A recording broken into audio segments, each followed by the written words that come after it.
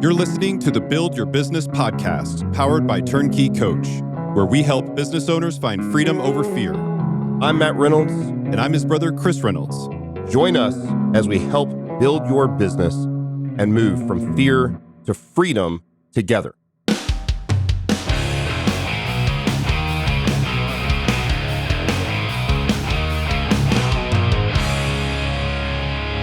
You're listening to the Build Your Business podcast. I'm your host, Matt Reynolds, here with my brother, Chris Reynolds. Hey, man, welcome to the show. What's up? Hey, if you, we just finished a great podcast. We're batching a few of them today. I'm hot. I'm looking at mine. I'm like, I'm all hot and sweaty and red, and we had a great conversation. And so today is, if I've decided to start the business, should I bootstrap it? I.e., should I self-fund it with what little money I have? Or should I go get a loan or go get investors, get some form of debt or give away equity? We've done both. And so I think we can speak to both. And so I'm just going to give it to you for a few minutes and let you open the show. I'm a huge proponent, big fan of bootstrapping. And I think that bootstrapping is the right choice for most businesses. And by most, I mean 99% of businesses. There are businesses where it is the wrong choice, where the thing that you're pursuing is so huge. And so you can't envision a world where, Sam Altman decided to start, OpenAI, ChatGPT on his own dime. And the guy's very wealthy, right? But I mean, he's probably not doing it that way. So obviously there is a time to raise capital, but that is not for everybody, right? Not everybody actually needs to do that. And so why do I think that? Why do I think bootstrapping is the right choice for 99% of businesses? Primarily, the reason I think it is because bootstrapping is a forcing function for establishing a healthy perspective from literally day one of your business on the way that you should be thinking about profits. Businesses exist to generate a profit. Businesses that do not generate a profit are not businesses for very long. That's right. And I think that it is really, really important that early in the process of owning and starting a business, that you're already thinking about that. Well, that's easy to do if you're spending your money. You're going to think about cash burn. Am I burning cash? Am I spending more cash than I'm bringing in? That's exactly right. If you're spending your cash. If it's your cash. There is something intrinsically that happens in your brain when you're spending someone else's cash that you'll spend often, most of the time, maybe always, a little more frivolously. No question. Because it wasn't your cash. But there's no question about it. I even think that the first time you ever do this in terms of raising capital, it's a lot worse. I'll describe why I think that is. But before I do that, let me also clarify, and Matt and I have both done this in a very similar way, actually. In my first business, we bootstrapped that business it was roughly 8 years. Bootstrapped. Took $0 of investment in that company for 8 years. We built that company to, I think it was probably around 100 employees at that point in time. And we had no money.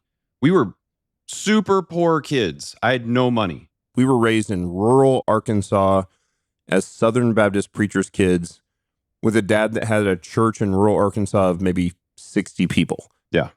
That was our we just didn't have money. Not only were we not trust fund kids, I've often joked, I still don't know to this day if I've ever had a Happy Meal. Because Happy Meals were for rich kids. Yeah, we didn't get the Happy Meals. We got the All-American meal, no cheese, and you often couldn't afford soda, so you had to have water. Yeah. So you get the All-American meal, no cheese, small fries, bag of fries. Yeah, 8 fries. Right. And water. And that was if you were lucky and you were on the road trip for the family vacation, which was to go camping in another rural Arkansas place. That's what we did. That was the fun. That was our upbringing. So to build what you've built, especially bootstrapping for the first almost decade, is pretty incredible. You never went you guys just started with the business. Look, I don't know that I would have done it that way if I knew better. I didn't know better. I didn't know how to raise capital. I didn't know anybody who had any money. I mean, one of the interesting little factors there is that when you first start, you probably don't know anybody with very much money either. Like unless you grew up around those kinds of people, right? And we didn't. So, but later, when the business was very clearly going to work, when we were able to generate profits, when we were able to build a company that we knew if we had additional capital in the door, that we could grow it more based on, the dollars that came in, then it was time to raise capital, right? And so when we talk about bootstrapping, we are not saying that forever you're going to run this entirely on your own dollar, on your own dime. What we're saying is it makes a lot of sense to start that way. And how long you go is primarily around the dynamics of the business. But there is a point in time when it might make sense to raise capital. There might also be a time where you decide, you know what? I like it at this size. And I don't have anybody that tells me what to do. Yep. I am my own board. I'm a board Yep. of one, and I can do whatever I want. And so that's also awesome and totally fine. But that's a topic for another day. We'll talk about like maybe when to raise capital, how to think about raising capital, what that means in terms of board seats and all that kind of stuff. But for now, it's important to note that there are very, very good reasons to start as a bootstrap company and move your way into capitalizing the company over time. And you did the same thing. No, yeah, exactly right. So I will say that for the biggest companies in the world, the FANGs that they right, which now has to have NVIDIA and I don't know, there's extras, but you know, the Metas and the Apples and the Amazons and the NVIDIAs and Tesla, and public companies are funded because they're funded from public stock. So they have shareholders and people give them money and you give them stock. Like by its very definition, a public company is not bootstrapped. Walmart is not bootstrapped. Amazon is not bootstrapped, right? Now, I would assume that we don't have a ton of listeners who are running public companies at this point. Most of them are in their first 1 to 3 years of business ownership. And so in private business ownership, I could not agree more that you want to start as small as humanly possible and allow the revenue of that business to build the budget of the business. And so I want to tell our story. I want you to tell your story. But before we do that, because I know we're both big students of the history of technology world, that's just super interesting to me. I have a history degree. And the thing that I love I love World War II. I've watched everything and read every book I can get my hands on World War II, which has nothing to do with this podcast for the most part.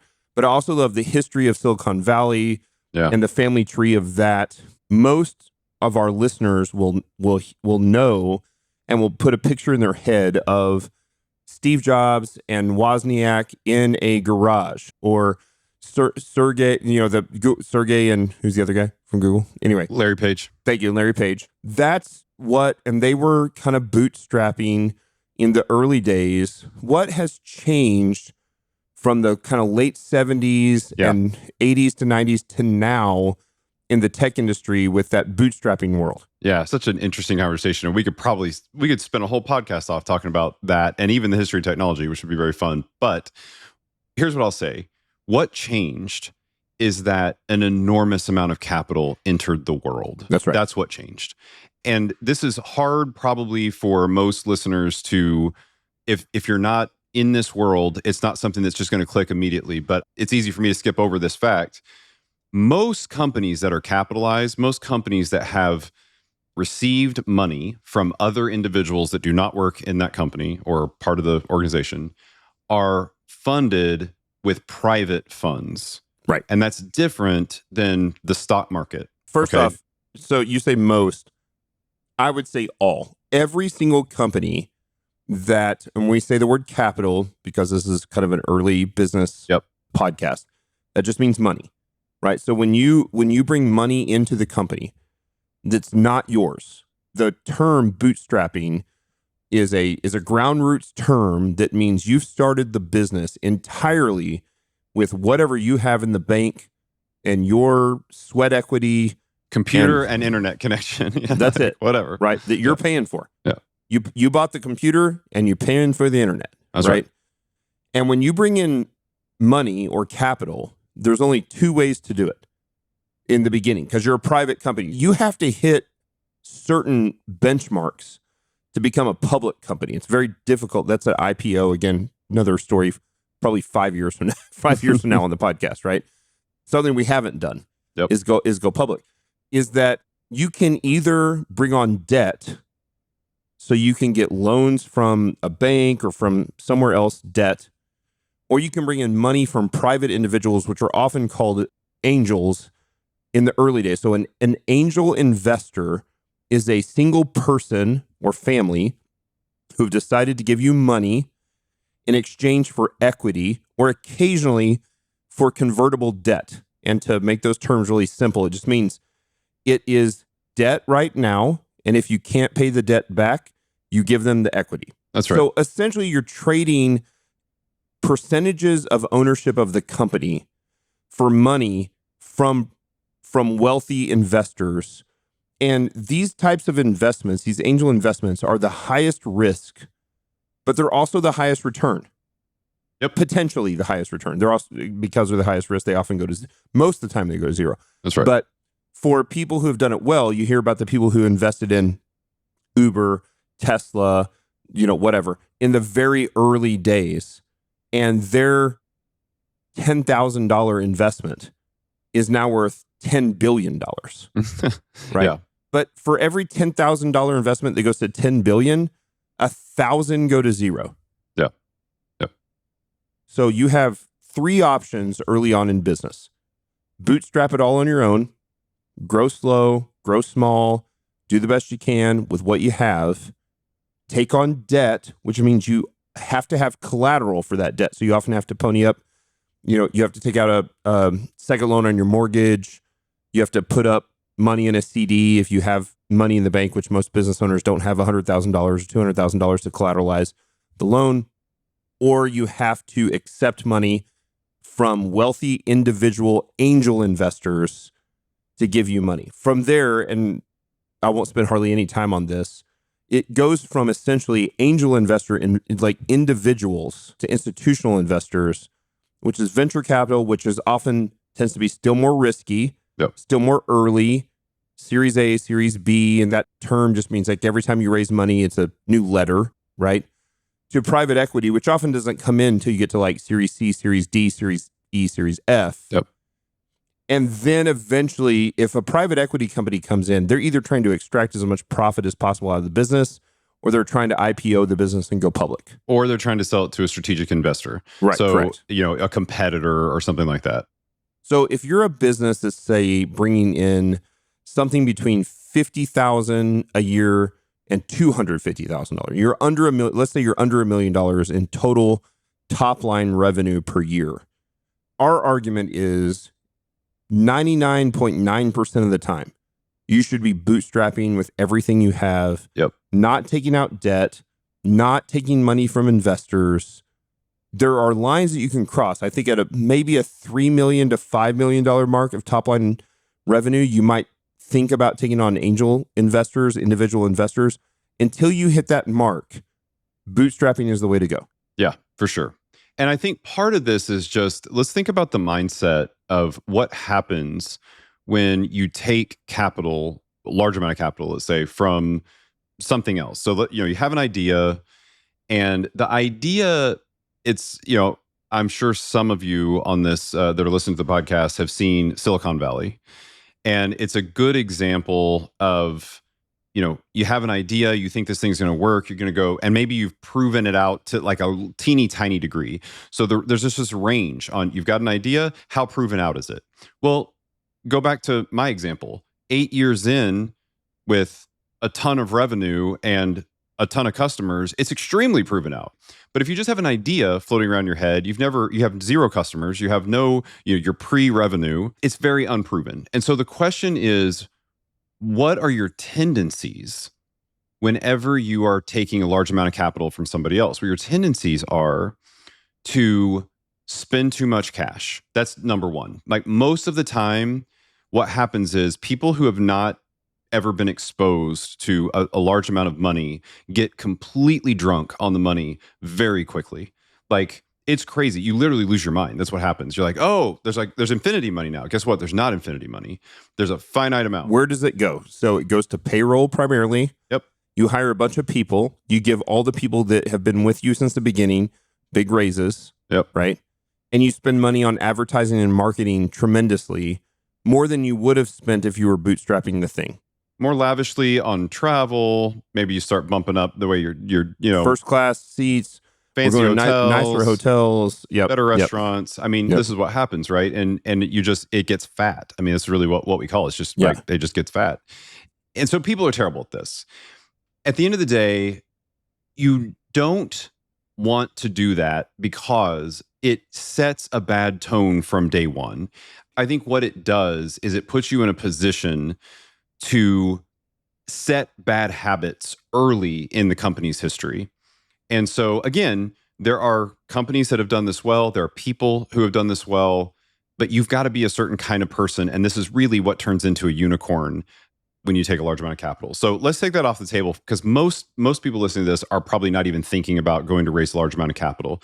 Bootstrapping is probably the only thing that you've ever really thought of, to start a company. Or debt, which I would also argue don't do. Don't do debt. Not at the start. Again, there are good ways to use debt later, of course. But this is not the time, to do it. When we think about what happens when you start a company with your own money, and let's just say that you have the total amount of money that you have to put into a company is $0, okay? Because that's how much money I had to put in to my first company was $0. So you were how old? You were really young. 22, I think. So I had $0. I think, up until that point in time, I finally had gotten a salary at that point of maybe $40,000 a year, I think is what I was making. Graduated from college with, engineering degree. But up until that point, I had made so little money that I was just completely comfortable. And we talked about this before. Matt and I grew up poor, so I didn't know anything fancy. And so it was not a big deal for me to do that. 40,000 was fine. Totally fine. In Southwest Missouri, it was plenty of money. You were a network administrator for credit unions in our small town. Yep. And did exactly the thing we talked about last week, which was you started a business with our cousin, and you were kind of the main coder. He was the kind of the designer guy. He was the more creative. You were the more logical. Yep. You guys started this business, but you lived off the salary of the network administration business for the credit unions. That's right. There comes that point where you have to stop. And for me, that point was pretty clear. It was pretty exciting. My wife had just graduated from college. She thought that she had been in conversations with the person that she was working for at the time, and they had said, "Hey, there's some good opportunity for you moving forward. We'll give you a salary." She had made no salary up to that point. So I was like, well, we can now just live off your salary and then I can go in full time. So that's what we did. I did it a little early because what we found out, a week afterwards was that the raise for her was 25 cents an hour difference. And I was like, uh-oh. And that's what we call the burn the ships moment, where garage sales. There's nowhere else to go, basically. Like, I actually remember having a garage sale at your first house. Yeah, we had to do something to live. And we went out there and sat on your porch and you sold all your shit off. Yeah, that's what we did. But I had already made the decision. I was already going to go do this thing. And so, at that point, I was able to go 100 miles an hour. So hold on. So there's a really important point here. There is a hunger that you cannot experience without being bootstrapped and poor. Yep. And so when you had, why do I get emotional in every episode? Turn into grandpa. You had a wife who'd been your girlfriend since the 5th grade, by the way. Yep. You were not quite starting a family yet, but you were close. And you're living off her small salary. And it's like, if we don't make this work, we lose the house. You had bought your first house. It was like an 1890s bungalow in Springfield, Missouri for not very much money. Nothing, yeah. And it was like, if this doesn't work, we lose the house. We have to go live in an apartment, go move in with the in-laws. Yep. And that doesn't happen with debt or angel money. But I would argue that there are lessons to be learned there that cannot be learned any other way. Yeah. There's no question about it. There's a fear, there's a hunger, and it is the thing that drives everything else. We'll talk about this in a minute, but there's a important reason, I think, to tell this story, because as people think about moving into this area, you want to be a founder, you want to be an entrepreneur, you want to start your own thing. When we talk about doing it with zero capital, that doesn't mean that it costs you nothing to do it. Just to be super clear, like it costs you a lot to do it. Sure. Because you're going to, first of all, need a set of traits to even make it work. But number two, for a while, you're going to have a level of stress that you have not ever experienced in your life. Yep. And part of becoming the person who eventually is able to grow these kinds of businesses whenever they want is learning how to handle the absolute shitstorm of stress that you will deal with on a regular basis and really not let it bother you. Yeah. There are 3 variables that I talk about in the book that we can pull levers on in business as we get successful or not. And it's time, effort, and capital. When you're 22 and broke, there is no capital. Right. There's only time and effort. Yep. And so you're like, you were young, you were married, you didn't have kids yet. You're like, I can work 80 hours a week. I can work 100 hours a week. I can do whatever I have to do to make the mortgage payment, which is, I talk about a lot in the Barbell Logic podcast and background. It's a voluntary hardship piece that you're like, I'm going to choose hard now. You and our cousin, you guys were well-spoken, good-looking, socially adept guys in a world full of computer engineering nerds. Yep. And so you could sell, you probably could have raised money then. Yep, probably. On the idea. And you started in, I'll make this super simple, and if you want to correct it. But you started in banking software. Yep. And that's where you thought you were going to go. And then the door opened for insurance software. And you moved into the insurance software space and built a great big business in insurance software. But at the time, it was like, look, we don't have any money, but we're young and we have time and we have effort. Yep. We don't have a family of 4. We have a family of 2, where you guys were both young and married. That was it. You had wives, no children. You're like, I can work 1 million hours a week. We can live off the wives' salaries, and we can do everything we can to build the business and bootstrap the business. And the lessons, I can only imagine the lessons that you took from that you use now as somebody who's sold an 8-figure business, that you still take those lessons and still, I know because I'm probably one of your biggest clients, that you take those lessons and you, to this day, having sold a major business, you still bootstrap the business. Yeah. Even your second business to this day, as if you're still hungry and 22. That's right. But you're not. You're 42 or whatever you are. We've talked about Andrew Wilkinson a little bit on this podcast, but he said the same thing. He said, look, I think most companies need to approach cash like, hey, at the end of every month, return everything but a tiny percentage right back to the owners every time, because that tightness is important for the company to be able to grow, to be able to think about like, hey, we've got to stand on our own 2 feet. We need to generate profits every month. We need to be able to do all of this, in a consistent way. So I intentionally on this second company did not massively capitalize the company, because what I wanted was for the company to immediately have to solve its own problems, stand on its own 2 feet, become, something that could grow into something really, really big. One of the other factors I think that's really important in those early days, and I think this is something for those of you that are young and kind of thinking through this, it changes your life for so many reasons. But I think one of the reasons is that you learn a certain level of resourcefulness that becomes critical in your long-term approach to everything, basically. You run out of time first. That's the first thing that happens. Well, you don't have any capital. You have no So capital. that's gone. So you got time and you've got energy, right? And maybe at Right. 22, you've got enough energy to just, so I don't know, go all Sure. the time. But eventually, Everyone has the same amount of time. right. Eventually, you're going as hard as you can in all the hours, and it's 18-hour days every single day. And you realize there's no more time.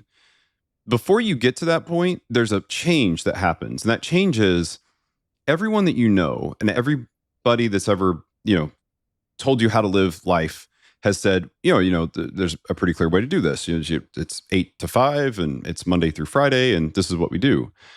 If you try to do that when you're bootstrapping a company, you will fail. That does not work. That is a completely unrealistic way to live your life in the starting era of a bootstrap company. It will not work. And so what you learn is that there's all these hours. There's like a ton of hours that exist in the day. Yep. And in the weekend and all these places. And people will tell you, and I genuinely am not trying to espouse hustle culture here, but there's an aspect of it that is just right. And that aspect is you are going to find yourself in a situation where people are telling you, hey, this is too much. Well, if you got to do all this work, beyond the 8 to 5, Monday through Friday, that it can't be right. That's totally wrong. That's just completely wrong. Sure. You're going to find yourself working. For me, it was crazy early mornings. It's every single weekend, all the weekends, I work. Every day is the same. Every day is the same. Saturday and Sunday are no different than all the other days. Absolutely. And now, I'm 43 years old. I've got 3 kids. There are things that need to be done in the house. There's sports to go to and all those things. But the thing that I still do, I still wake up every Saturday morning at 5 a.m. and I work from 5 in the morning until about 7:30 in the morning every single weekend because I love it. That's why.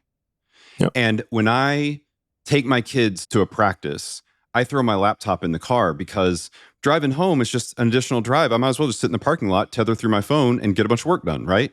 Why? Because I love it. That's why. Eventually, you learn to love the work. And loving the work is the thing that has to happen in order for that business to become the thing that it needs to grow into over time.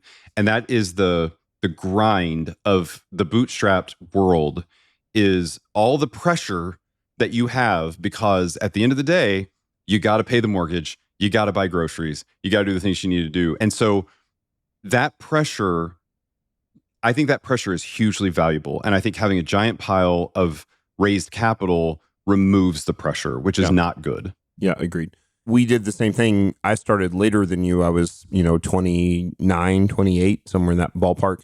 Because I had been a public school teacher, I thought that was going to be the career. I got my master's to be a principal and did the same thing. And then when I opened the gym, and the gym grew exponentially in the first year, and I knew nothing about business and had to learn everything that I possibly could about business, and read things like the E-Myth, like we talked about last week. And all of the sudden, I was in a position where I was passionate about the thing that was making me money, but at the same time, we didn't have savings.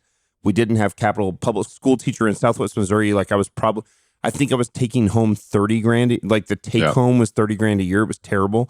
My wife was she was a kindergarten teacher. So maybe we're making 60 total. And then all of a sudden it was like, well, you got to make it work. Yeah. And same thing, when you come from a background like ours, like we didn't have a plethora of wealthy people we could go to. And none of us knew that was even an option. No, I didn't know it was an option. We didn't know that not bootstrapping was an option. That's like right. Bootstrapping was the option. Yeah. And so when we launched the business, launched the gym, it was bootstrapped. And then I can remember both at the gym and when I launched the online coaching business in 2016, for the first, I think in the online coaching business, the one that I own now that has turned into Barbell Logic Inc., I think I only got paid for coaching. Yep. So I was the owner, the founder, took no dividends, no pay cut. People often call themselves CEO. We weren't a Delaware C Corp. There wasn't really a CEO at the time, but like I was the founder, I was the owner, but I didn't take any dividends or pay. I got paid the same thing all my coaches did, but I also ran the business, and because there was a hunger there. And then it did well enough that at the end of the gym and moving into online coaching, then my wife also got to leave teaching, but that put an extra sense of pressure that now I have to support the family entirely. Yeah. Based on this business that I own. And I can remember calling you and I was like, I've run this gym. The gym is successful. And by the way, when I say the gym is successful, I remember there were days when I taught at school that I would, again, I'm probably taking home, between $2,000 and $3,000 a month take home pay. Yeah. And I would sometimes make $2,000 in a day at the gym. But that first year of the gym, I made 60 grand. Yeah. Which was good, but it was also one income on 60 grand. Yeah. Yeah. And so it wasn't $2,000 a day times 365 days. It was, that's what you made. And then when I opened the online coaching business, it was like, look, I'm going to pay myself the least amount I can possibly pay myself and take all of the rest of this and put it back into the business. We're going to make sure we're profitable. And we did the same thing. We ran for 5 years, having never raised an ounce of capital, zero debt. We didn't even have any credit cards. Yeah. I mean, if we had to pay something with a credit card, I paid it with the personal credit card, and then the business would just pay it back every month. We didn't run any debt lines, no business credit lines, nothing like that. 5 years in, and by the time I think we were at between 2.5 and 3 million in revenue before we took on angels. Where do you remember were you in a similar ballpark of I think we were probably close to 7 or 8 million by the time we took it. So if you're listening to this and you're like, yeah, I'm making 500 grand a year, which is great, especially if you're, 1, 2, 3 employees, like you're crushing it. You're not ready to take on debt or capital from angels. Like that's not the time. The key here is that if you bootstrap and you do it well and you live lean, which we'll talk, I think in one of the next couple episodes about if you've run a business for a while and you've gotten some of that fat, some of that bloat. How to get it off. How to trim that fat and run lean. So for you newbies out there who are starting this out, if you learn how to run lean from the very beginning, you don't buy the biggest house that the bank gives you the freedom to go buy. You don't go buy the best car you can possibly, you live basically a Dave Ramsey lifestyle in those early years. Yeah. You don't run up debt. You don't have credit cards, none of those sort of things. And you just use the thing that you have, which is time and effort, because you don't have capital. It puts you in a mindset that in the future, when it's time to raise capital, if there's the opportunity to do that, you just don't change the mindset. That's right. Yep. The mindset stays the same. That's right. And so part of what I think will be helpful is just let's go through a couple of the big sort of high level reasons or the valuable things that come out of bootstrapping. So we've talked about already, look, it's just a better mindset. So one of the aspects of that I want to make sure is really, really clear is that you become a more realistic and grounded entrepreneur just from bootstrapping. And here's the reason why. When it's your own money, when you've got that much skin in the game, I mean, technically it's all the skin in the game, right? If you have a business partner, maybe it's 50% of the skin in the game. But at the end of the day, you got a lot of skin in the game. Lying to yourself about the market size, the price you can get for whatever you're selling, the value that you bring to your customers only has negative consequences. Yep. Right? Like there's no positive spin to it. Who are you spinning it to? You? Like you're the investor. Nobody cares. Like so when you take capital, you can lie to yourself for a whole lot longer. You can convince yourself there's a lot more market out there, but you can't do that when you're bootstrapping. And I think that's a great practice. I think what it gives you is the opportunity for infinite pivots. And it's the infinite pivots that ultimately create all of the opportunity. What do I mean by infinite pivots? So when I talk about pivots, I'm talking about you start a business with a particular idea and you substantially change that idea because you learn something while you're running the business. And by the way, this happens like 99% of the time. Almost every company. And you're a perfect example. Yes. You're like, we're a banking software company. Yep. And then insurance came in and said, I think you might be an insurance software company. Yep. But because you were bootstrapped, you were able to pivot. Had you raised capital on banking software. Yeah, what is that? That's the investment thesis, right? They're investing in that. That's right. You have to go to the investors and the board and say, in fact, we're pivoting to insurance.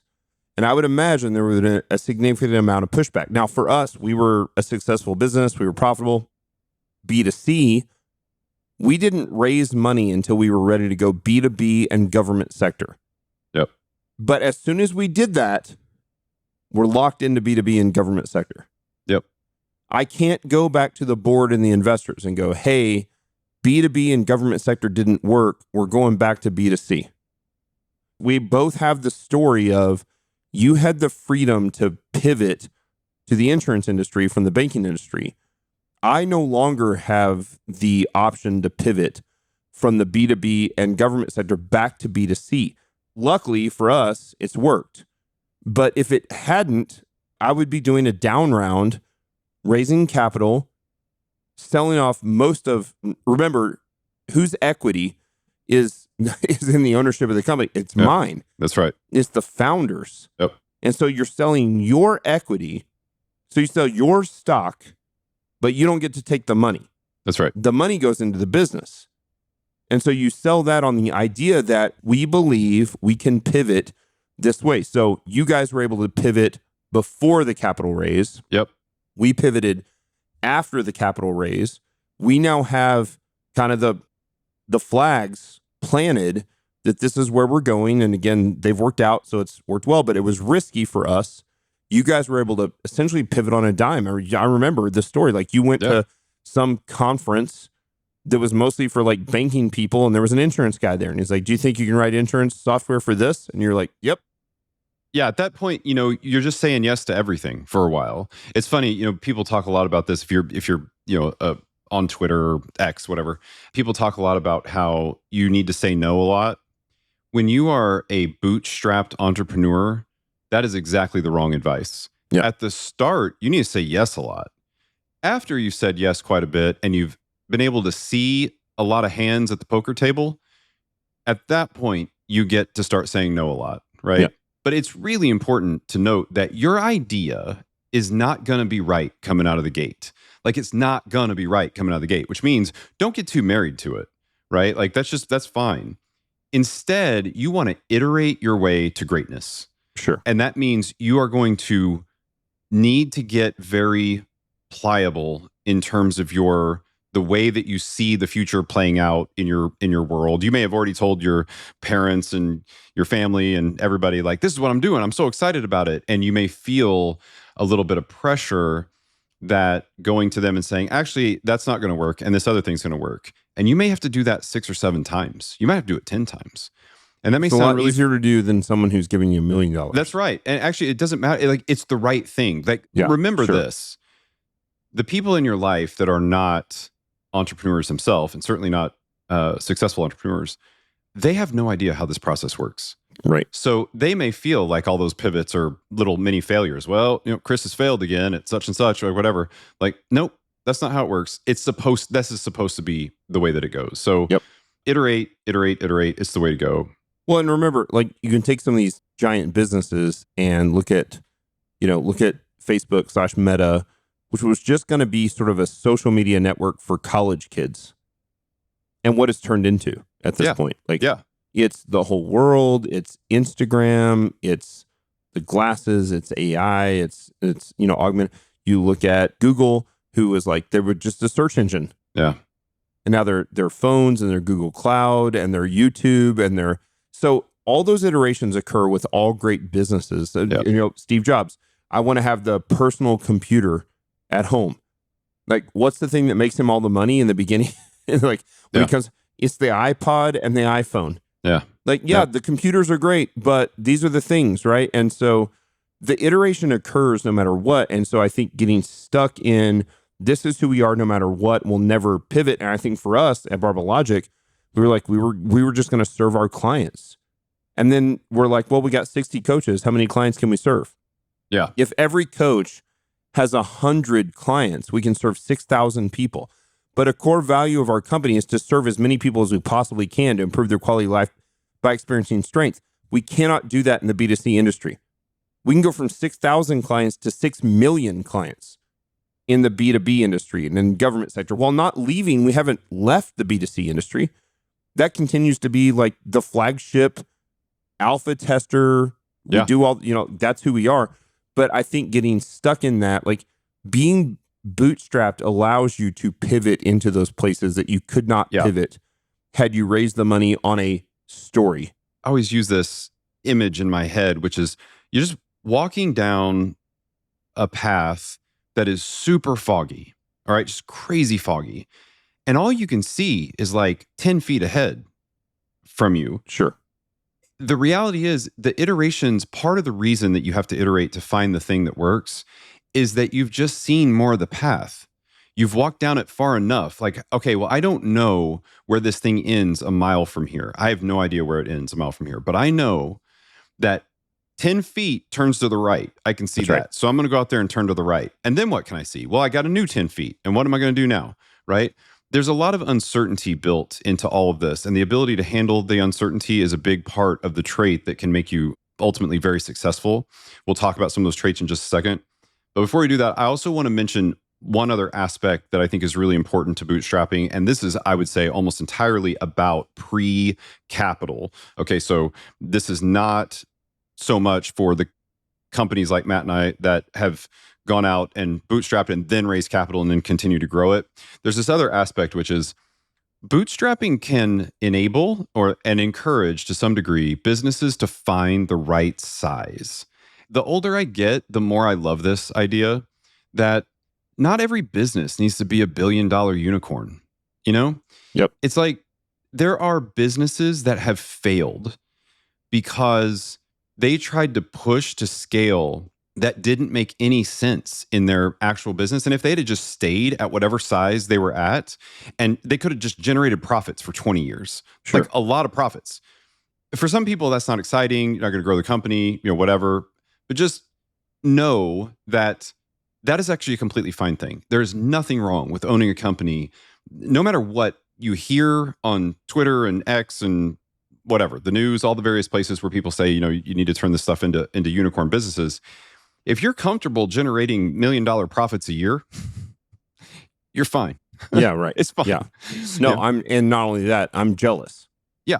Right. For the people who are able to own kind of a mom and pop owned business, which is a handful of employees and generate whatever, $500,000, $1 million a year in net profitability, and you can just do that for the rest of your life. Like, that's great. If I could go back and do that tomorrow, I would. Yeah. But I went down a path where I was like, here we go. Let's go as big as we possibly can. And so that's but that's why the podcast exists, I think, to be able to learn those lessons of you did that in your first business. Yep. My guess is that you'll do the second option that we're talking about in this current business, which and maybe not. Maybe you're kind of part of this idea, which I think maybe will give listeners kind of an idea of the total range that's available. I started a service business that was because I saw a need in the market. Every single person that I knew in the tech space was building SaaS software. Every single person I knew was building SaaS software. And I'm a contrarian. So I look at that and I go, look, eventually, that's all the SaaS software we need. Eventually, right? Sure. Now I realize like there's a ton of SaaS software out there to be made. There's a lot of money to be made for many decades in SaaS software. However, the thing that is missing is there is not a huge talent pool of expertise to help those companies build those SaaS products. That thesis that I had so far has played out exceptionally well. And what I actually did was I built a holding company on top of it at the very beginning, where the idea is that the actual company is a bigger company. I have a holding company that my main company generates profits, send it to the holding company. Now the holding company can do whatever it wants with that. So it's my own little mini Berkshire Hathaway, which is the way that I can continue to grow companies, but let some of the companies stop growing at a particular size. The thing that I just mentioned is the thing that I actually think is really valuable. I would love to accumulate a bunch of multi-million dollar revenue companies that never are going after $1 billion, maybe not going after $100 million. Maybe they make 10 million of top line revenue every year, and that's all they ever need to be. That's fine. I can get 80 of those, and it's a very interesting company at that point, right? So there are lots of ways to compose this and get it together. But maybe to tie up this part of the conversation around bootstrapping and why we think it's good, let's talk a little bit about some of the hard to find traits that are really important in a bootstrapped entrepreneur. And you're going to see these reemerge as we talk about different topics, because these traits are ultimately just the traits of really good founders. They are also the traits of really good executives over time. They're a little different. Really good executives have, you can be a really good executive and have less risk appetite. As a founder, you cannot. You need a very high risk appetite. So let's talk about what a few of those are. The first main one that I think is really critical is an absolutely intense amount of drive. Yep. Not for days or weeks or months, but for decades. Like compulsion. Just complete obsessive compulsion about drive. Yep. Agreed. Yeah. And you wouldn't feel comfortable not doing it, right? Like anytime you've been put into a position where it's like, well, this is just the job, just do the job and, get things. It drives you nuts. Like you want to improve things, you want to drive things to be better and bigger and all those things. I think that's a very important trait of a good founder. And specifically, I think as we're talking about bootstrapping, because you don't have a giant pile of capital, that risk tolerance and that uncertainty thing needs to be higher than it is in the other ones. Sure. Because you can live off of the capital that you raise and just drain that down to zero. In fact, there are a number of many stories of that. in Silicon Valley that actually keep doing that over and over again. I think you need to have I think you need to have what I call high agency. And I think people talk about this quite a bit, but the idea there is that it is a belief that you have about yourself that you both can and should drive change to a better future in whatever the capacity is that you would do it in. Sure. So the idea there is nothing is holding you back. There's some combination of internal locus of control, like I am capable of going to do something, like I can change my world. And then also just a very intense amount of the next trait, which is resourcefulness. And we talked about this a little bit. I want to go back to high agency for a second, because I heard this great story a couple weeks ago. So I don't know if you've listened to the Modern Wisdom podcast with Chris Williamson, Willick. That's a great one. And so he had this quote I heard the other day that he said, if you want to know who the highest agency person is in your life, he said, if you were in prison in South America, Africa, middle of the jungle, whatever, did you hear this? Yeah. And he's like, and you had 48 hours to get out, who would you call? That's right. Yeah. That's the highest agency person in your life. That's right. Who can move mountains? Who are you certain can get you out of the most dire situation in your life? Yep. That is high agency. And so then here's what I was, by the way, you're my number 2. So I'm not, but yeah, I would totally trust you to be number 1. Andrew Jackson, my COO, is number 1. He's got enough military background and can kill people with his bare hands. I'm pleased with number 2. Yeah, number 2 is good. But also, I think you should consider that. Like, I thought about that. I said, how many people in my life am I that for? Yeah. That if they were stuck in the most dire circumstances, that agency of not only can you change your future, but you can change somebody else. You have total control of a thing. You will make it work out. I'll definitely do a podcast on this because it's been such a sore spot for me lately. I think that one of the greatest deficiencies in people that I've seen over the last 10 years is reliability. Yeah. These are very, very closely related. Reliable. Yeah. And I pride myself, and my wife does as well, and I know you guys do as well, as being totally reliable. You always know if we say we're going to be at the thing, we're going to be at the thing. If we say we're going to show up with this food, or we're going to deliver a thing, or show up with a truck, or whatever, like, beyond a shadow of a doubt, we will do that. Yeah.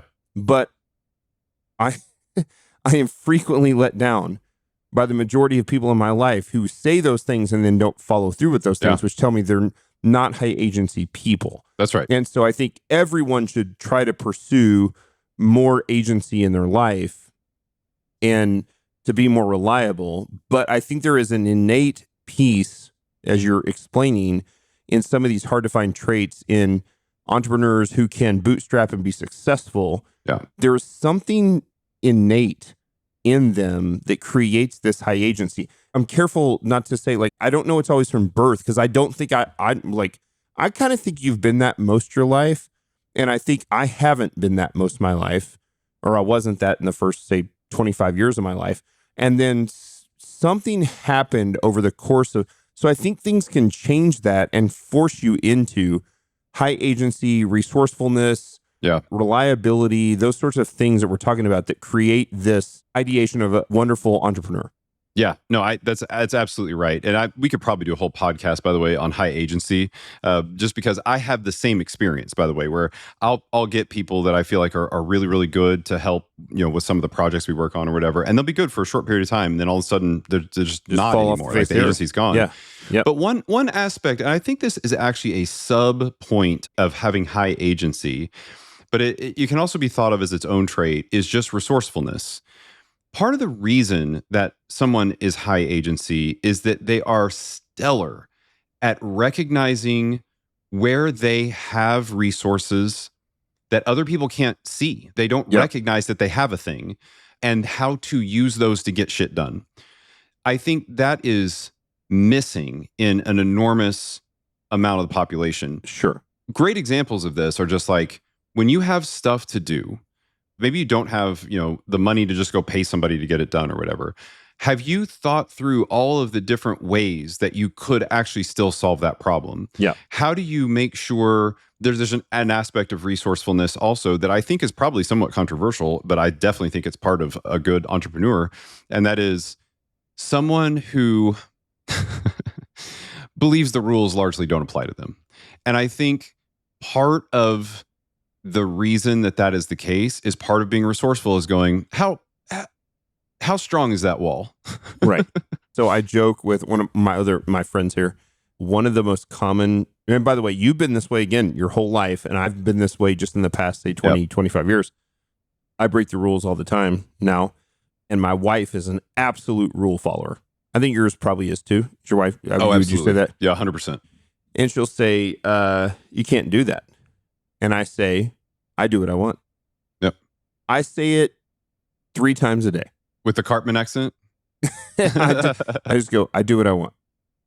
And what I'm saying is not I'm better than anybody else, or that to me, there are just rules that are made to be broken. They're rules that are not logical. They're like, if there is a better way around the thing that is going to cause me to break the rules, I'm going to do the thing. Yeah. That breaks the rules. All the time. Now, here's the deal. I also love living in an HOA that is extremely strict and makes you take your trash carts in and not leave them out on the curb. Most people listening to that are, like there's kind of a joke, a meme on Instagram and Twitter and stuff about just like pissing off the HOA. I don't want to piss off the HOA. I want a nice neighborhood. I want to clean up my leaves. I want to pull up. But like, here's the deal. That's not the same thing as when I'm like, I got to walk 2 miles to get into this concert, or I can just sneak through this. Like, I have a ticket. I didn't, I'm not stealing my way into the concert, or like whatever the thing is. Like, I can take a shortcut to get to this thing. Like, we can't hop that fence. We can't sneak through that. I go, I do what I want. This is the thing. There's a scale to this, and I think it is really important. I think it is worth spending a little time thinking through this for people, because you should be able to recognize in yourself if that is not possible for you. Right. So here's like where I think about this scale a little bit. We've talked before about the number of hours in a day that exists to do work. And if you want to get a really good sense of what I think about this, I think what you think about this, Matt, is just read Kobe Bryant's book, like Mamba Mentality. Like, it's got a ton of good stuff in here about how you actually ultimately pull ahead in life. It's basically a time audit. The guy just outworked everybody forever. They can't catch up. And built a moat where they could never cross the moat. Right. So here's rule number 1 that everyone in your life thinks is true and isn't true. You should work 8 to 5 every day. You should take the Saturday and Sunday off. You should not work early in the morning. You should not work late at night. Bullshit is what I say. Right. To that. I do what I want. I do what I want. Because at the end of the day, that's not even a hard rule. That's not a law. That's not an auditable offense or anything like that. But part of being an entrepreneur is pushing against all of those things. Why does that exist? That's a dumb rule. I don't like that rule. Sure. That rule is not serving me or the world in any good way. And so I'm going to do this other thing. Part of being resourceful, part of having high agency is the ability to engage with that complexity, right? That's a hard, complex thing, because you have to, it's a little bit morally ambiguous, and you can go too far down that road for sure. And we've seen this play out in stories of entrepreneurs where Elizabeth Holmes is a great example of this, Sure. where it's like, well, she believed it really deep, but was it really the thing? No. So Yeah. I got a speeding ticket a few months ago in North Dakota in the middle of nowhere. And I turned a 5-hour trip to a 4-hour trip. And I drove way over the speed limit, but not 110. I was driving, 90, 88, something like that, on a totally flat, no turn, double, 4-lane interstate with a median. And I got pulled over. And I was like, speed tax. Yeah, that's right. You know what the ticket was? $75. It's all right. You paid $75. $75 to save an hour. Absolutely. Of resourcefulness. I do it every day. That's a great trade. If I could have started the trip and say, hey, you can drive 70 miles an hour or 90 miles an hour, but you got to pay $75 right now at the beginning of the trip. Great. $75. Here you Done. go. We'll do it. That's exactly right. Now, here's the thing. That example is a really good example because I want to be clear that we are not saying that there are not consequences. Of course there are. All of those things, every rule you push against, anytime you break a rule, it has consequences. Opportunity cost. But the consequences are really, they're just a cost. And you just need to decide, is it worth it or not, right? Yep. It's the tax. Obviously, you need to be highly skilled in something. I think that's critical. We talked about that before. Being highly skilled is a requirement of being a good entrepreneur. And certainly, if you're going to be a bootstrapped entrepreneur, you can't go hire a bunch of high-skilled people because you have to be that high-skilled person. So that's right. Really, really critical. Which means lots of knowledge, lots of wisdom put into action over many, many years in order to become great at the thing. Yeah, and we'll talk about this one. I'll actually pull this one in now because I think it's applicable. You need to be a learning machine. Yep. You need to become one if you're not one now. I'm not even saying, I've never met one that didn't love to read, that wasn't reading all the time. However, there are lots of ways to learn now. So if it's podcast, technically, I just probably consider all of that stuff books in various ways. Sure. Like podcasts. It's the accumulation of knowledge. You need to accumulate which used knowledge. to only come from books, and then it was Audible and audiobooks, and now podcasts, and now there's a million ways to accumulate knowledge. The key is, are you in a never-ending pursuit of knowledge? Yeah, because it never ends. That's the great, right, that never ends. And for that to be the case, you kind of also need to love that, right? So it needs to not be a grind. However, I will also say, just like anything else, when you start, it might feel like a grind. Yep. But eventually it stops feeling like a grind. Trust me. I remember when I was very young, I was a pretty intense reader, even young, but it took me a while to get to the point where I could read effortlessly. And my eyes just passed over the words and they went straight into my brain without me having to do any interpretation or whatever. I recognize there are probably people that have not actually passed that in their own life yet. And what I'm telling you is there may be a little bit of a grind to get to that point. I had someone recently tell me they can't listen to Audible, that audio books don't process for them in whatever way. And what I would tell people like that is I would say you should try it more and see if what's happening is your brain is just not used to accumulating information in that way. But sure. I don't know. I could be wrong. You need to be extremely comfortable with risk. I think this is an interesting one for me because I had a conversation this weekend where I was talking to somebody about this point that I don't know any founders who are good founders who are not very comfortable with risk. Sure. And I would probably take that a step further. I would probably say that you love risk, actually. And maybe I might even say that you're addicted to it. I will openly admit that I am completely addicted to risk. Yeah. This is why most of us shouldn't gamble at casinos. I don't gamble at casinos for that very reason. And I used to play poker many years ago. I wasn't addicted to the gambling, but I also wasn't a founder back then. And I can handle these incredible swings. And luckily, you and I both have wives that trust us, that go like, we've never lost the house. Everything's been okay. Yeah. Do the thing, right? Yep. But for me, man, I remember this when I was like 19 years old, going to architecture school. And I was a young, just intern at an architect firm. And it was the end of the year. It was like December 30th, December 29th, something like that. And they said, here's all the bills we need to have, like receivables we need to receive. These are all the vendors that owe us money. We need you to collect as much money as possible. And they gave me like bonus structure of like, as you get whatever. It was like I remember it like it was yesterday. I sat in an office and I made like 500 phone calls and collected money and cashed checks. there was something about and that wasn't really risk, but it was, I mean, I was 19, Yeah. but it was pressure. Yeah. It was pressure. Yep. And I could argue that there was risk in that, like, if I couldn't collect the money, I was probably going to get fired. Right. But it was the first time I saw, like, it's that for some of you listening, you might think like, oh man, I'm still like kind of risk averse, especially on bootstrapping. It's my own money. The key is like, do you work well under high pressure situations? Yeah. When the pressure is highest, are you at your best? Is your IQ at the best? Are you hyper focused? Are you able to, or are you someone when the pressure is highest? Are you a procrastinator, which a lot of people do? Like the pressure is high.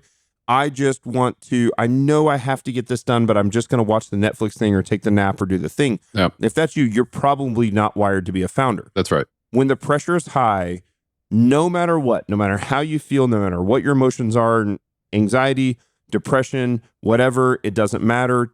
Exhaustion, you just do the thing, but you don't just do the thing and punch in like you're a blue collar worker. You do the thing at a level that you've never done it before. Yeah. You keep surprising yourself. Like regardless of the external things, regardless of the external stresses and the anxiety and the exhaustion and the stuff, you just do the thing. So like that is absolutely a trait of a phenomenal founder entrepreneur. No question. And the last one, which I think that led into nicely, is a generous amount of grit. And we've heard this word quite a bit, but the way that I think about it, and I think you'll relate to this well, Matt, is you can take a beating for a long damn time and be okay.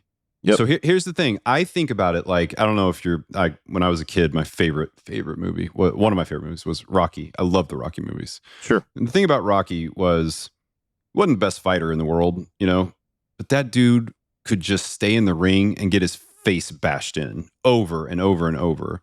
And the reason I think this is so applicable to entrepreneurs is that you rarely will even have time to celebrate the little wins that you get before another horrible thing comes and punches you in the face. Yeah. Yeah. And here's the thing. For many of you listening, you might just say like, well, why the hell would I do it? And that's a great question.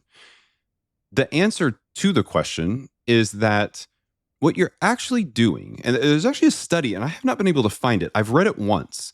I have not been able to find it recently, but I want to find it. So if anybody ever finds this, please surface it for us. But there was a study that basically determined that the very best founders and CEOs were literally, it was just this trait. This was it. Yeah. Their ability to take a beating and stand up at the end of the day, lay down in their bed, and believe they were still going to succeed. There's a great, I think I've sent it to you, the CEO of NVIDIA, Jensen Huang, which is a $1 trillion plus business, one of the top 5, if not the number 1, most valuable business in the world. And they said, what would you go back and tell your 20-year-old self? And he said, don't do it. I wouldn't do it. But here's the thing. Then he says, the superpower of great founders and entrepreneurs, they know it's going to be really hard. Yep. They know it's going to be hard, so much harder than the blue collar job or the school teacher job or the whatever the thing is. And yet they have some superpower that says, but I'll make it. I'll be okay. Yep. And it never ends. And so even for the guy whose company's gone from a $200 million company to a $2 trillion company in the past 2 years, and just imagine the stress that comes with that. Yep. He still didn't quit. The guy could. Yeah, sure Guy's set for life. So he says, I would go back and tell a 20-year-old self, don't do it, except 55-year-old self is still doing it and could get out. Yep. And so there is this thing about the grit that I would say that you're even addicted to the grit. Like there's a thing that you're just like, now listen, I don't want to be kicked in the nuts by my wife or you, my brother, or the people that I love that are in my inner circle. Like I do want to be clear. I'm not self-deprecating to the point that I want to have the, just crap piled on me by the people who I love the most. But for the people who are outside that inner circle, you just learn to deal with the crap. Yeah. And you just go like, okay, like you just have to deal with the thing. Yeah. Here's the thing. I think one of the things that we're really getting towards here is you think when you start this process that you are building a business, but really You're building a founder. That's right. That's so good. And the thing is, those punches to the face, those are value every time it happens. The grind that lasts 20 years, well, how good of a marathoner are you? Can you do it for 30? Can you do it for 50? Right. Well, and how many people have gone through it? And there's a part of it too it's not a superiority complex, but it's like, I have very few people in my life I can talk to about this. You're one of them. Yep. Because you're one of the few that have experienced the thing. Now, I get for people who have been raised in this, but also I think there's a thing that when you're raised the way we are, as poor as we were and have built businesses the way we have, how many people in our whole life can relate to that? Yeah. Like we weren't a trust fund kid, and we didn't we didn't start the business with the trust money. We bootstrapped it. We did the thing. We got kicked in the nuts, and we did it for 30 years. Yeah. There's something about that's the voluntary hardship that refines us, that we choose. And by the way, I'm never going to talk down on blue collar workers, teachers. I think those are admirable positions that I think that the world desperately needs. Yeah. But for some of you listening to this, and for me and for you, I couldn't be it. Yeah, I couldn't do it. I was called to something different. Like something in the universe called me to not that. And so I got called to a life of getting kicked in the nuts. Yeah. But also building business and, refining myself and refining people and managing people and growing the thing. And I love it. I love it. And even in the times that I don't love it, which are short, right? There's a month at a time, there's a month or 2 months where you're just like, you're overworked and you're burnt out. And you're like, I just need a vacation or I need a sabbatical or whatever. But it's funny that you'll come back from it. And it's like, I'll go on vacation in Mexico, which I'm on right now, as you guys listen to this. And I'm probably in an amazing place right now. And in about 2 or 3 days of just having a little bit of like peace and quiet, my brain can't stop functioning on like, okay, where's the next place the business is going to go? It's exactly what I do too. It's the same. And that's how you know. That's how you know. Yep. Instead of if I'm 4, 5, 6 days into vacation and I'm like, I can't wait to get out of this business and go get a blue collar job. Probably not for you. Probably not for you. That's and probably not for me. Yeah. But I know what's going to happen this week. I'm going to go to Mexico. I'm going to be exhausted for a few days. 2 or 3 days in, I'm going to spend great time with family. I'm sit out in the sun. I'm going to, eat good food. I'm going to work out, and I'm going to be like, my brain's going to start turning. It's not going to turn at all the first 2 days, but by day 3, day 4, I'm going to be like, all right, here's the next step. Here's where we're going. And what it leads to, right, is this thing that we said over and over again, which is at the end of this path, whether it's a sale or the business fails, right? That happens too. Sure. With that level of experience and with that level of growth as a founder, you could always go out and do it again. Right. And I think it's really important to keep that in mind when we think about what it is that is in our control versus out of our control. All of those things essentially are about founders, but the specific route that I think you need to go that builds on those traits the fastest is bootstrapping. My recommendation to every single person who is thinking about starting a company is to start bootstrapped. And if you want to raise capital in the future to grow the company, absolutely do that. But do it once you're in a position to know that you've hit product market fit, you're able to generate profits, and you've got really, really good habits built into the company. Totally agree. That's another episode of the Build Your Business podcast with Matt and Chris Reynolds. If you've received value from this, please give us a 5-star review on Apple Podcasts or Spotify or wherever you listen to your podcasts. It's very helpful for us on the algorithm and helps us. And share it. Oh, there's my nephew. We are shooting a podcast. Your live. kiddo just jumped in. There he is. So that's all right. So make Carter give us a 5-star review. Carter's going to give us a 5-star review, and his buddy who's here is going to go give us a 5-star review. So you guys have a great week, and we'll see you next Friday.